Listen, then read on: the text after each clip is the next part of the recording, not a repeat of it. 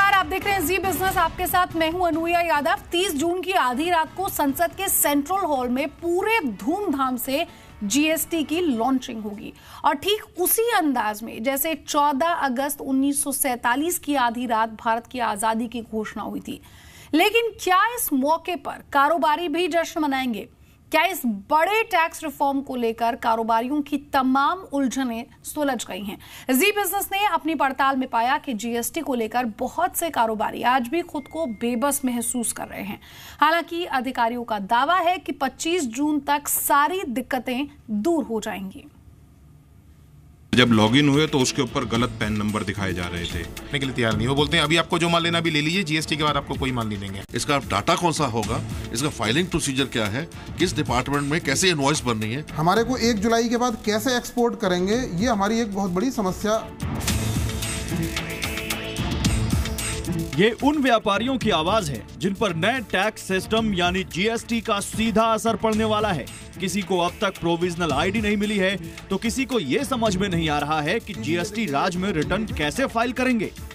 GST का countdown शुरू हो चुका है। 30 जून की आधी रात को जीएसटी के जश्न की तैयारियां पूरी कर ली गई हैं, लेकिन तमाम कारोबारियों में कंफ्यूजन आज भी बरकरार है।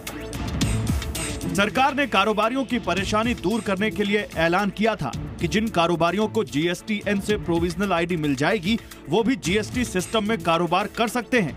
इसके लिए जीएसटी हेल्पलाइन डेस्क भी बनाई गई हैं। लेकिन मुश्किल अभी दूर नहीं हुई है। कारोबारियों की शिकायत है कि जिन अधिकारियों को हेल्प डेस्क पर बैठाया गया है उनको भी जीएसटी की जानकारी नहीं है। समस्या इसमें यह है कि अब हमारे जितने भी सप्लायर हैं वो सभी जो है हमसे हमारा जीएसटीआईएन मांग रहे हैं, उसके बिना वो हमें सप्लाई नहीं करेंगे। हमने नोएडा की शिवा क्रिएशन कंपनी के दीपक सिंघल और संदीप गुप्ता से भी बात की। इनकी कंपनी को अब तक प्रोविजनल आईडी नहीं मिली है, जिसकी वजह से इनके रॉ मटेरियल से लेकर प्रोडक्ट एक्सपोर्ट तक पर 1 जुलाई से संकट के बादल मंडरा रहे हैं। दीपक और संदीप को लग रहा है कि अगर उन्हें प्रोविजनल आईडी नहीं मिली तो 1 जुलाई से कारोबार ठप हो जाएगा।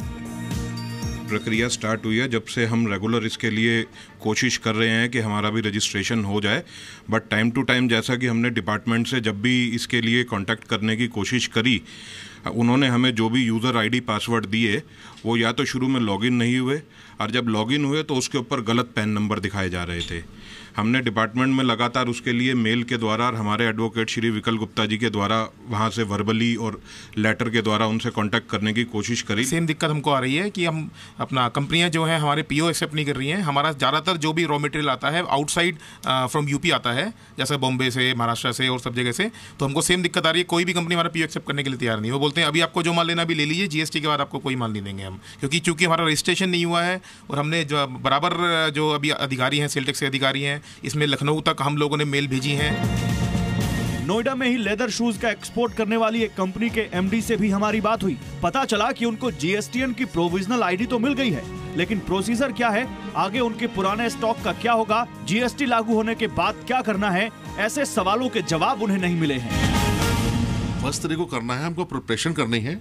इसका प्रिपरेशन का मेथड क्या है, हमको इसके आगे प्रोसीजर इसके कौन से वाले होंगे, इसका डाटा कौन सा होगा, इसका फाइलिंग प्रोसीजर क्या है, किस डिपार्टमेंट में कैसे इनवॉइस बननी है, अभी तक किसी को मालूम नहीं है। इसका इनवॉइस का मेथड कौन सा है, इसकी रिटर्न्स सबमिट करने का मेथड कौन सा वाला है, किस डिपार्टमेंट से किस डिपार्टमेंट को क्या क्या हैंडल करना नहीं मालूम।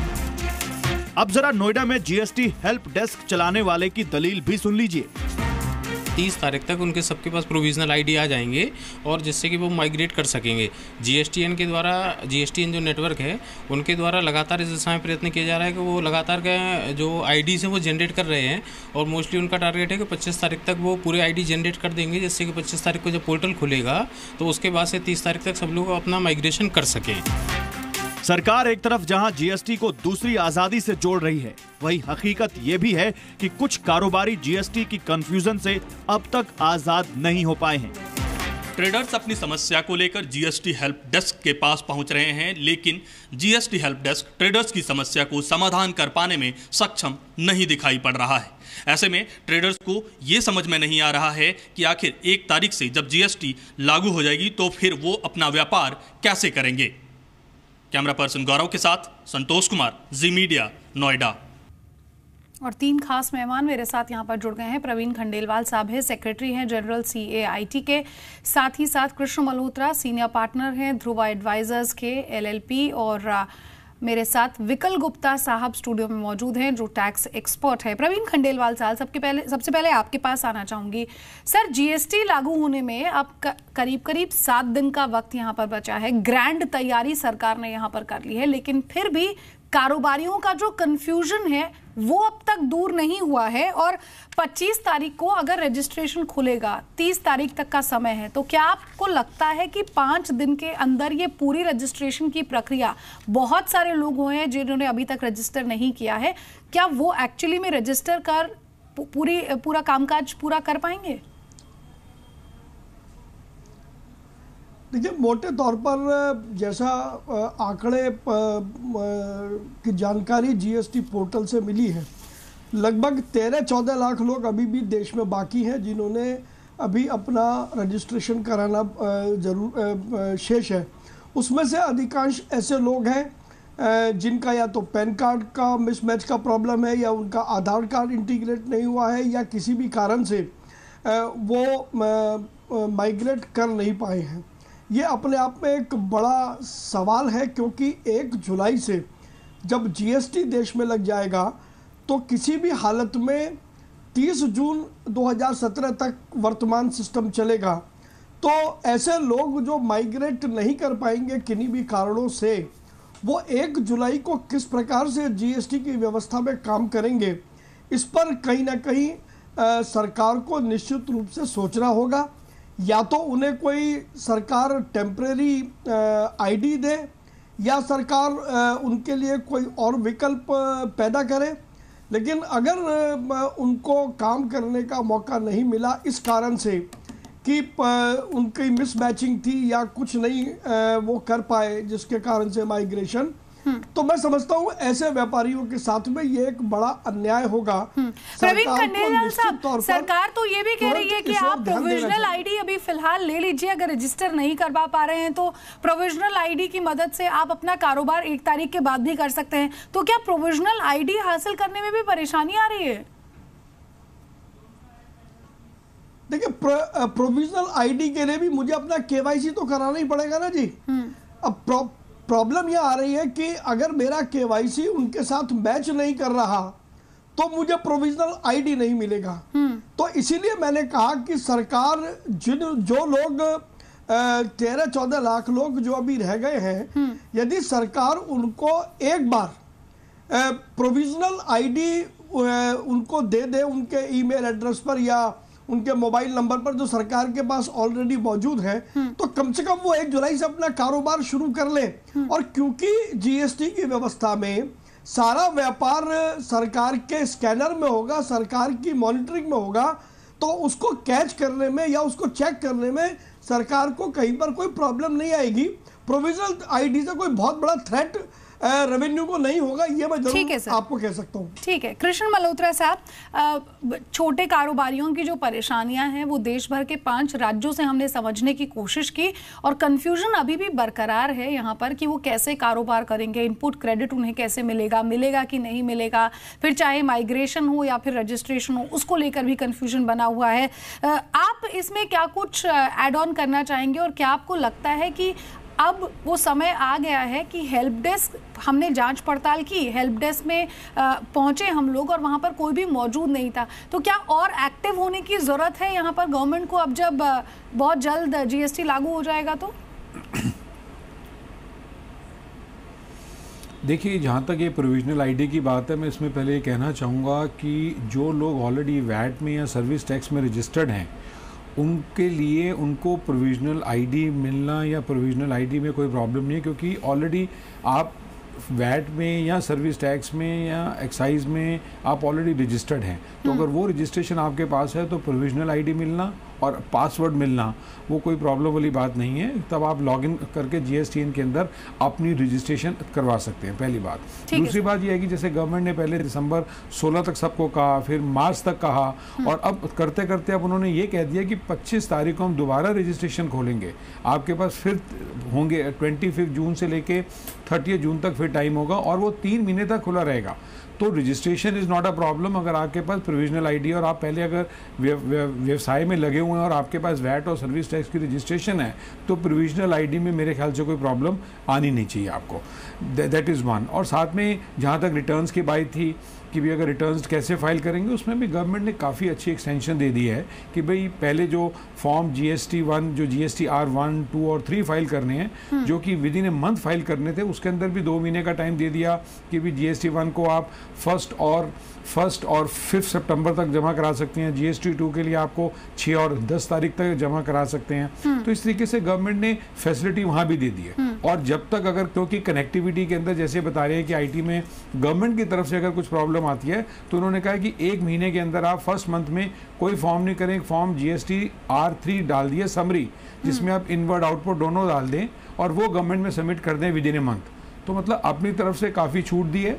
और बाकी अगर कुछ हेल्पलाइन में अगर लोग नहीं मिल रहे हैं जो गवर्नमेंट ने खोली है, वो एक अच्छा इशू नहीं है। उसमें मेरे ख्याल से अगर ऐसी प्रॉब्लम लोगों को आ रही है, तो उसमें मेरे ख्याल से गवर्नमेंट को सटीक होकर लोगों को इंश्योर करना पड़ेगा कि हेल्पलाइन शुड बी ऑपरेशनल। ठीक है, मेरे साथ जो तमाम मेहमान मौजूद हैं, मैं अपने दर्शकों को बता दूं कि अगर आपको किसी भी तरह का कोई कंफ्यूजन है, आप ध्यान से हमारा ये शो यहाँ पर देखिए। जो तमाम एक्सपर्ट्स हमारे साथ पैनल में बैठे हैं, वो एक एक बारीकी आपको यहाँ पर समझाने की कोशिश कर रहे हैं। और अगर कोई भी परेशानी आपको हो रही है माइग्रेशन के लिए, रजिस्ट्रेशन के लिए, उससे जुड़ी बातें भी हम यहाँ पर कर रहे हैं। विकल गुप्ता साहब, जैसा कि हम यहाँ पर बात कर रहे हैं कि जो हेल्प डेस्क है वो यहाँ पर ऑपरेशनल पूरी तरह से नहीं है, या फिर कारोबारी वहाँ पर जब पहुँचता है तो जो अधिकारी है वो वहाँ पर नहीं है, ऐसे में आप कोई खास सलाह कारोबारियों को देना चाहेंगे? शायद वो GSTN या फिर यूँ कहें कि इंटरनेट और ये सब चीज़ें बहुत अच्छे से अगर नहीं समझते हैं, तो कोई क्विक टिप आप उनको देना चाहेंगे? देखिए, हेल्प डेस्क को प्रॉपर काम करना चाहिए। अधिकारी प्रॉपर नहीं बैठते हैं, या जब भी कोई परेशानी वाली बात होती है तो इधर उधर सीट पर मिलते हैं, दाएं बाएं मिलते हैं, और उन पर कोई प्रॉपर रिप्लाई उनके पास नहीं है। वो हर बात का एक रिप्लाई होता है कि जी आप दे दीजिए, ये नोट डाउन कर लीजिए, और हम इसको जो है मेल के थ्रू लखनऊ भेज देंगे, और वहाँ से जो है इसका रिप्लाई आएगा। उनके पास कोई प्रॉपर रिप्लाई नहीं है कि हमारे द्वारा लखनऊ से हेड ऑफिस से GSTN को भेज दिया जाएगा, और GSTN से अभी तक कोई रिप्लाई नहीं आया है। बार बार रिपीटेडली उनका एक ही रिप्लाई होता है, आप किसी भी समस्या के लिए जाइए जी, हमने भेज दिया है, हमारी कोई जिम्मेदारी अब आगे नहीं है। तो सरकार को GSTN की तरफ से कोई प्रॉपर इस तरह का जारी हो जाना चाहिए सर्कुलर, जिससे ये पता चले कि व्यापारी परेशान ना हो। और व्यापारियों की परेशानी। जी खंडेलवाल साहब, आप अपनी बात रख सकते हैं। मैं इसमें एक सुझाव ये दे रहा था कि देश भर में जो हमारे व्यापारिक संगठन हैं, उनमें से 20,000 से अधिक के पास उनके अपने कार्यालय हैं, अपने ऑफिसेज हैं। हम सरकार को वो ऑफर करते हैं 20,000 से ज़्यादा ऑफिसेज। यदि सरकार वहाँ पर एक मैकेनिज्म ऐसा डेवलप कर दे कि जो हमारा व्यापारी जाए और उसको वहीं पर तुरंत एप्लीकेशन देने के साथ उसको यदि कुछ ऐसा प्रोविजनल इशू मिल जाए, या जो अभी जिस हेल्प डेस्क की बात आप कर रही थी जहाँ पर कोई कर्मचारी नहीं था, तो यदि हमारे ऑफिसेस को सरकार GST के फैसिलिटेशन सेंटर के रूप में विकसित कर ले, तो मैं समझता हूँ कि बहुत बड़ी आसानी सरकार को भी होगी, व्यापारियों को भी होगी, और इस आपसी सद्भाव से सरकार का टैक्स बेस निश्चित रूप से बढ़ेगा। बिल्कुल, बहुत अच्छी बात आपने यहाँ पर रखी है सर, और उम्मीद करते हैं कि कोई अधिकारी ये बात सुनकर और समझकर इसे पालन में भी ला सकता है, क्योंकि अब GST लागू करने में ज्यादा दिन नहीं बचे, और जाहिर तौर पर कारोबारियों के मन में जो डर है वो भी अब साफ निकलकर सामने आ रहा है। सरकार ने कारोबारियों की मदद के लिए जो हेल्प डेस्क बनाए वो पूरी तरह से ऑपरेशनल नहीं है। कई जगहों पर हेल्प डेस्क आपको खाली दिखाई दे रहे हैं। हमने अपनी पड़ताल में ये भी पाया कि जिन अधिकारियों को हेल्प डेस्क पर बैठाया गया है उनको GST के सिस्टम की पूरी जानकारी ही नहीं है। देखिए, ना कोई कुर्सी, ना कोई कुर्सी पर बैठने वाला। आपको देखकर यकीन नहीं होगा, लेकिन यह जगह GST हेल्प डेस्क है। GST से पहले की तैयारी की तहकीकात करते हुए जब हम नोएडा के सेक्टर 29 में गंगा शॉपिंग कॉम्प्लेक्स में बनाए गए GST हेल्प डेस्क के दफ्तर पहुंचे, तो हमें डेस्क पूरी तरह से खाली मिली। नोएडा से, लखनऊ से बराबर मेल संपर्क किया जा रहा है, लेकिन उनके द्वारा आज तक भी कोई प्रॉपर जवाब नहीं दिया जा रहा, जिसके कारण व्यापारी बहुत परेशान हैं और उनके समझ में नहीं आ रहा कि किस प्रकार से वो अपना बिजनेस 1 जुलाई को GSTN लागू होने के बाद कर पाएंगे। नोएडा के इस GST हेल्प डेस्क की हकीकत जानने के लिए हमें ज्यादा इंतजार नहीं करना पड़ा। आप खुद सुनिए, अपनी दिक्कतें लेकर हेल्प डेस्क पर पहुंचा ये कारोबारी किस तरह हेल्प डेस्क के इंचार्ज पर अपना गुस्सा निकाल रहा है। इसका मतलब तो ये है ना, अभी तक तो ARN पे इतनी प्रॉब्लम है, तो जब सारा ही काम इस साइट पर अपलोड हो जाएगा कि रिटर्न भी होगा, साइट वाला काम है, ये स्टेट डिपार्टमेंट द्वारा नहीं किया जा रहा है। मुझे पता है इसमें स्टेट का कोई GSTN के द्वारा आप लोगों का स्टेट से हो सकता है, तो गवर्नमेंट ऑफ इंडिया का। मैं तो केवल इस बात कह रहा हूँ जिस बात से व्यापारी नहीं, ये बात जायज है। कुल मिलाकर कारोबारियों की समस्या के समाधान के लिए बनाई गई हेल्प डेस्क की जो तस्वीरें हमारे कैमरे पर कैद हुई हैं, वो चिंताजनक हैं। हालांकि अधिकारी भरोसा दिला रहे हैं कि 25 जून को जब GST कॉल सेंटर एक्टिव हो जाएंगे तो कारोबारियों की रही सही शिकायतें भी दूर हो जाएंगी। संतोष कुमार, जी मीडिया, दिल्ली। कृष्ण मल्होत्रा साहब, यहाँ पर ये कहा जा रहा है कि जब कॉल सेंटर एक्टिवेट हो जाएगा तो ज्यादा प्रॉब्लम सॉर्ट आउट हो जाएगी। पिछले कई दिनों से सरकार की तरफ से कहा जा रहा है कि वो अपने अधिकारियों को, या यूं कहे कि स्टेट्स को कह रही है कि आप जाइए डीपर रूट्स में, अंदर इंटीरियर्स में जाइए, लोगों को समझाइए उसके बारे में कैसे पूरा सिस्टम ऑपरेशनल होता है, इस पर भी काम कर रही है। लेकिन सर, ऐसा कुछ होता हुआ दिख नहीं रहा है और शायद यही वजह है कि जो 20% लोग या 13 से 14 लाख लोग जो बचे हुए हैं अभी भी माइग्रेशन के लिए हो या फिर रजिस्ट्रेशन के लिए हो GSTN में, वो अभी तक आंकड़ा पूरा कंप्लीट नहीं हो पाया है।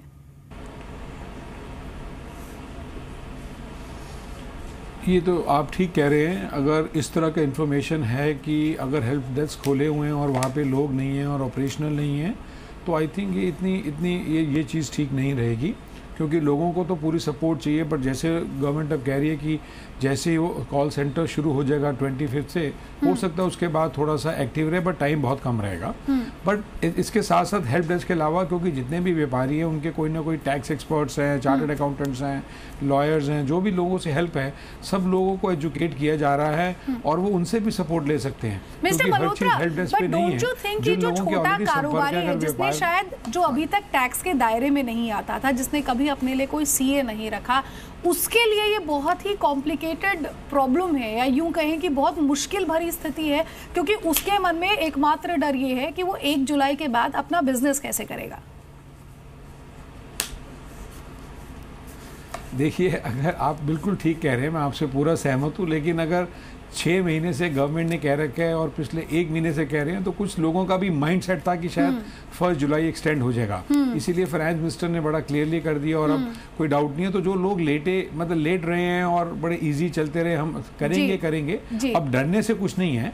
और जब इतना बड़ा रिफॉर्म हो रहा है, इतने बड़े स्केल में हो रहा है, प्रॉब्लम्स आएंगी। सिर्फ अगर प्रॉब्लम्स को सोचेंगे आप आगे नहीं बढ़ पाएंगे। I agree with you sir. और at the same time government को भी पूरा इनिशिएटिव लेना चाहिए कि जो भी सपोर्ट, हाँ बिल्कुल बिल्कुल, बहुत अच्छी बात आपने कही सर। सपोर्ट दें, गवर्नमेंट ने जो प्रोवाइड किया वो पूरा फुल सपोर्ट से आना चाहिए। हाँ सर, लग रहा था लोगों को कि शायद 1 जुलाई से डेट आगे यहाँ पर बढ़ जाएगी। लेकिन खंडेलवाल साहब, एक सवाल यहाँ पर ये भी उठता है कि आपने यहाँ पर हेल्प डेस्क बना दिए हैं, आपने कॉल सेंटर शुरू करने के बारे में सोचा है, लेकिन क्या जो लोग यहाँ पर बैठे हैं, do they actually know the real process? क्या वो सच में मदद करने लायक हैं? जो कारोबारी वहां पर आता है या कोई भी शख्स अपना सवाल लेकर आता है, क्योंकि बहुत बार हमने सुना है और पाया भी है कि हर कोई ये कहता है कि आप 1 जुलाई को लागू हो जाने दीजिए, उसके बाद बहुत सारी चीजें हैं, टाइम लगेगा, सेटल होंगी चीजें। लेकिन उम्मीद तो यही की जाती है कि हेल्प डेस्क या फिर कस्टमर केयर का जो भी हैंडल करने वाला शख्स हो, वो बारीकियां जानता हो बहुत अच्छे से, बिकॉज बहुत सारे लोग उन पर ही डिपेंडेंट हैं। देखिए, ये आप भी जानती हैं और मैं भी जानता हूँ कि सरकार के पास इतनी बड़ी मशीनरी उपलब्ध नहीं है कि वो हर प्रशिक्षित व्यक्ति को वहाँ पर कॉल सेंटर या हेल्प डेस्क पर बैठा दे। हेल्प डेस्क या कॉल सेंटर वो केवल आपको सही रास्ते पर ले जाने में तो मदद कर सकता है, लेकिन उस सही रास्ते की बारीकियां आपको बताएगा, ये उससे एक्सपेक्ट करना बेमानी है। इसलिए मेरा, जैसा मैंने आपसे पहले भी कहा और मैं अब दोबारा आपसे वापस ये कह रहा हूँ कि अगर सरकार देश भर में फैले हुए हमारे व्यापारिक संगठनों को यदि जोड़ करके चलती है जी, यदि उनसे बातचीत करके ओनस उनके ऊपर यदि डालती है, तो जैसा अभी कुश मल्होत्रा बोल रहे थे कि अलग अलग व्यापारियों के अलग अलग कंसल्टेंट हैं, अलग अलग ट्रेड एसोसिएशंस के अलग अलग चार्टर्ड अकाउंटेंट्स हैं, हम यदि सरकार की पहल हो तो हम भी अपने यहाँ अपने ऑफिस में इस तरीके के कंसल्टेंट्स की टीम बिठा सकते हैं, टैक्स एडवोकेट्स की टीम बिठा सकते हैं जी। हम हर चीज के लिए सरकार की तरफ देखें तो मुझे लगता है कि ये सरकार के साथ भी जाती होगी। जब हम ये मान रहे हैं कि सिस्टम अच्छा है और उसको देश में लागू होना है, लेकिन उसके लिए सरकार की अप्रूवल की, सरकार की सहमति की जरूरत होगी, तो बड़ी संख्या में हम स्वयं ऐसे लोगों को डेप्यूट कर सकते हैं जो लोगों को सही जानकारी दे पाए और उनको सिस्टम के साथ माइग्रेट कर पाए, उनको इनेबल कर पाए। हाँ, बिल्कुल। और सर शायद ये करने की जरूरत भी है और सरकार को भी बहुत जल्द ये डिसीजन ले लेना चाहिए कि इस तरह से जो बड़ी सोसाइटीज हैं, लेकिन उसके लिए देखिए हम सरकार के साथ सहयोग करने को तैयार हैं, लेकिन उसकी पहल सरकार को करनी होगी, क्योंकि बिना सरकार के सहयोग के अगर हम कुछ भी पहल करेंगे तो वो बेमानी है। I agree. खंडेलवाल साहब माफ कीजिएगा, मेरे पास समय कम है। नए टैक्स सिस्टम पर माइग्रेट करने में गुजरात के कारोबारी सबसे आगे है, लेकिन क्या सभी कारोबारियों को जीएसटीएन का नंबर मिल गया है? मेरे सहयोगी केतन जोशी ने जानने की कोशिश की, रियलिटी चेक किया अहमदाबाद में, देखिए उनकी रिपोर्ट। कुछ इलेक्ट्रॉनिक्स व्यापारी है वो इस वक्त यहाँ पर इकट्ठे हुए हैं। हम उन्हीं से पूछते हैं कि उनकी क्या है समस्या और क्या वो जीएसटी के लिए तैयार है कि नहीं। अच्छा, हमें ये बताइए कि जीएसटी 1 तारीख को लागू हो रहा है, तो क्या आपको नंबर मिल गए हैं? आपने माइग्रेट कर दिए हैं वेट से, आप जीएसटी में आ गए? नहीं मिले हमारे को, हमने पूरे पेपर डॉक्यूमेंट दे दिए हैं पर नंबर हमको अभी तक मिले नहीं है। क्या दिक्कत आ रही है आपको? बस कोई टेक्निकली खामी बता रहे हैं, कभी बोलते हैं सर्वर बंद है, इसी तरीके की ये लोग बात करते हैं, पर नंबर अभी तक हमको मिले नहीं है। आप हमें बताइए कि ये नंबर्स रजिस्ट्रेशन तो हो गया है, तो अब नया नंबर आने में क्या दिक्कत है? प्रशासन को आपने कांटेक्ट किया कि ये नंबर क्यों नहीं मिल रहे हैं? सर उनका देखिए अभी तक वर्कलोड इतना है कि जितने भी हमने हमारे जो वकील है या जो सीए उनको कांटेक्ट किया, वो बोले सर इतना वर्कलोड है कि अभी तक उनके सर्वर नहीं मिल रहे, कभी ब्लॉक मिल रहा है, कभी नेट नहीं चल रहा है, तो ये काम अभी भी काफ़ी पेंडिंग है। इतना इजी नहीं है जितना ये लोग बता रहे हैं कि भाई आपको ये मिल जाएगा। हमने भी ट्राई किया हुआ है, हमने भी काफ़ी, लेकिन अभी तक मिल नहीं रहा। वेट नंबर वगैरह मिल रहा है, सीएसटी मिल रहा है, लेकिन अभी तक जीएसटी में कन्वर्ट नहीं हो रहा है। तो कुल मिलाकर हम कह सकते हैं कि अहमदाबाद में माइग्रेशन प्रक्रिया तो तेज़ी से हो रही है, लेकिन जो फाइनल नंबर मिलना चाहिए जीएसटी का, वो मिलने में अभी दिक्कत हो रही है। केतन जोशी, जी मीडिया, अहमदाबाद। तो माइग्रेशन के लिए सारे डॉक्यूमेंट्स दे दिए हैं, लेकिन कुछ तकनीकी कारणों की वजह से पूरा नंबर अभी यहाँ पर नहीं मिल पाया है। ये अहमदाबाद के जो कारोबारी हैं उनकी प्रॉब्लम है, लेकिन देश के 3 और राज्यों से, 3 और शहरों से हमने ये समझने की कोशिश की कि वहाँ कारोबारियों की परेशानी क्या है, उन्हें क्या रजिस्ट्रेशन नंबर मिला है नहीं। सुनिए। सबसे ज़्यादा दिक्कत तो आती है इंटरनेट की कनेक्टिविटी ना होने की, क्योंकि हमारे यहाँ कनेक्टिविटी बार बार जाती रहती है, उससे बहुत ज़्यादा दिक्कत आती है। और पूरा जीएसटी को ऑनलाइन करने की वजह से उसमें रजिस्ट्रेशन में सबसे ज़्यादा दिक्कत ये आ रही है कि कनेक्टिविटी नहीं होती है। जीएसटी में आनन फानन में हम लोग को पेपर बनवा के देना है, प्रॉपर डॉक्यूमेंट्स क्लियर नहीं था, अब प्रॉपर डॉक्यूमेंट्स हम लोग को देना पड़ रहा है। उसमें डिजिटल सिग्नेचर का प्रॉब्लम है। डिजिटल सिग्नेचर के अलावा कभी डॉक्यूमेंट्स मैच नहीं कर पा रहा है, टाइम कम है। पहले एक्चुअली क्या हो रहा था कि सर्वर बार बार बैठ रहा था, बार बार मेंटेनेंस पे चला जा रहा था ड्यू टू हैवी ट्रैफिक, उस कारण से ये दिक्कतें आ रही थी। अभी काफ़ी कुछ, अब चूँकि 1 जुलाई से आना है तो तय हो गया है, तो पब्लिक जो लोग नहीं कराए हैं उनके में थोड़ा सा कहीं ना कहीं पैनिक रहेगा कि हम इसको जल्दी से जल्दी करा लें। चलिए, तो जीएसटी 1 जुलाई से यहाँ पर लागू होगा, लेकिन उससे पहले कारोबारियों की कुछ परेशानियां यहाँ पर जरूर है। इंटरनेट कनेक्शन की प्रॉब्लम है। बहुत सारे लोगों ने यहाँ पर अपने तमाम डॉक्यूमेंट्स दे दिए हैं, लेकिन उसके बावजूद भी नंबर नहीं मिला है। उम्मीद यही करते हैं कि अब हफ्ते भर में आखिर में जरूर उन्हें नंबर जल्दी मिल जाएगा। साथ ही साथ सरकार भी उनकी इन तमाम बातों का हल जरूर निकालेगी। तीनों खास मेहमानों का बहुत बहुत शुक्रिया। प्रवीण खंडेलवाल साहब, कृष्ण मल्होत्रा और साथ ही साथ विकल गुप्ता, आपका भी बहुत बहुत शुक्रिया। हमारी इस खास पेशकश में इतना ही। दीजिए इजाजत, नमस्कार।